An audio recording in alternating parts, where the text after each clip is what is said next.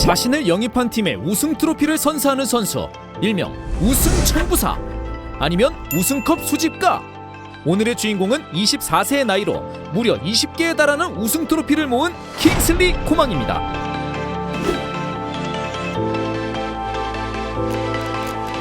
코망이 우승 청부사 타이틀을 획득한 이유는 너무나도 명확합니다. 24세의 나이에 불과한 코망이 무려 20개에 달하는 우승 트로피를 수집했기 때문이죠.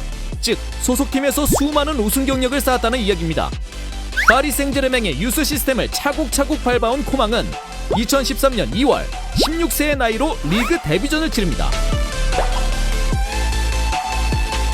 비록 한 경기 출전에 그쳤지만 해당 시즌 파리의 리그 우승과 함께 첫 우승 경력을 쌓았죠. 13-14 시즌 역시 1군과 2군을 오가며 리그 2회 출전에 그쳤지만 리그, 쿠프데라 리그, 트로페데 샴피온에서 우승을 경험함으로써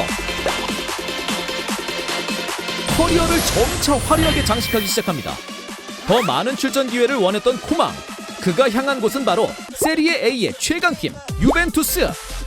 파리와의 재계약을 포기하고 새로운 도전을 하게 된 것이죠. 결과는 완벽에 가까웠습니다. 이적 첫 시즌 만에 리그와 코파 이탈리아에서 모두 우승. 이내 15-16 시즌을 앞두고 열린 수페르코파 이탈리아나에서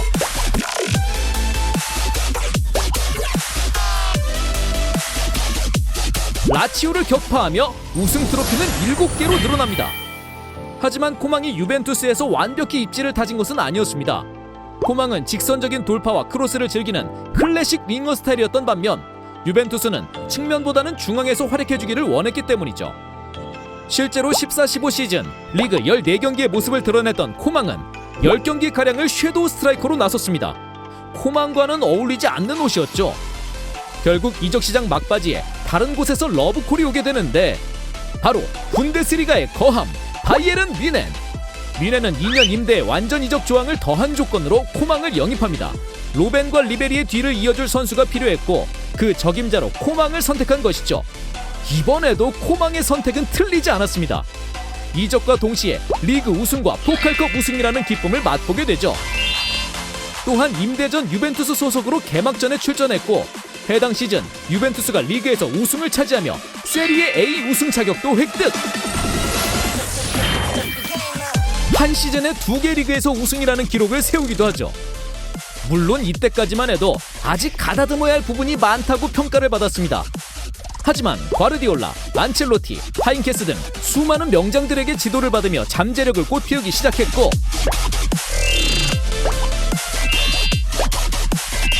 결국 19-20 시즌 트래블을 달성.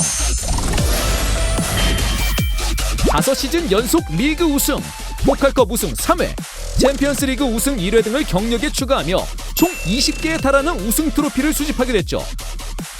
비록 부상으로 인해서 2018 러시아 월드컵에는 참여하지 못한 부분은 아쉬움으로 남았지만 이를 클럽에서의 우승 경력으로 채웠습니다. 데뷔 7년차, 이제 24세에 불과한 코망이 우승 청부사라는 별명을 얻은 이유, 이제는 확실히 아시겠죠? 이처럼 화려한 우승 경력을 쌓은 코망, 그에 대한 찬사 역시 자연스럽게 전해졌습니다. 대부분의 전문가 외신 등도 코망의 커리어를 높게 평가하고 있죠.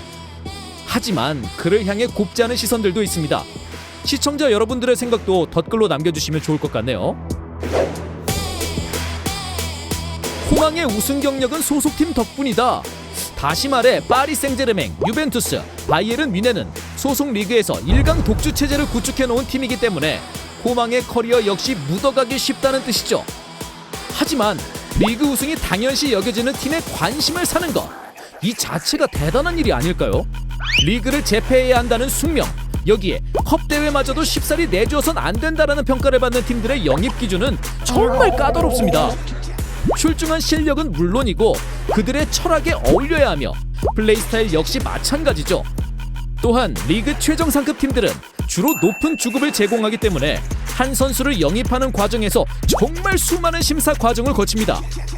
코망은 자신의 능력을 통해서 이 까다로운 영입 기준을 통과하여 최강 팀들의 유니폼을 입었다는 사실을 간과해서는 안 된다고 생각합니다. 코망은 파리에 있을 당시 4차례나 우승을 경험했는데요. 이 2시즌 동안 출전 횟수는 4회에 그쳤습니다. 즉 우승 경력을 추가하기에는 기여도가 너무 낮았다는 말이었죠. 유벤투스에서 보낸 14-15 시즌도 마찬가지였습니다. 자세히 들여다보면 그리 눈에 띌 만한 활약은 아니었죠. 뮌헨으로 이적한 후에는 크고 작은 부상에 시달리기도 했습니다.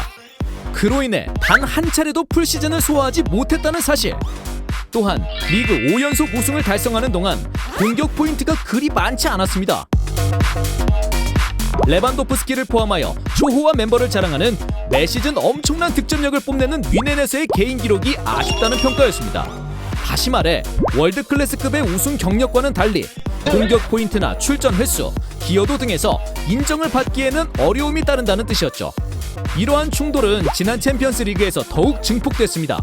결승전에서 결승골을 넣었는데? 라는 생각을 하신 분들도 있을 텐데요. 요점은 코망이 조별리그 이후 결승전까지 침묵했다는 것이었습니다.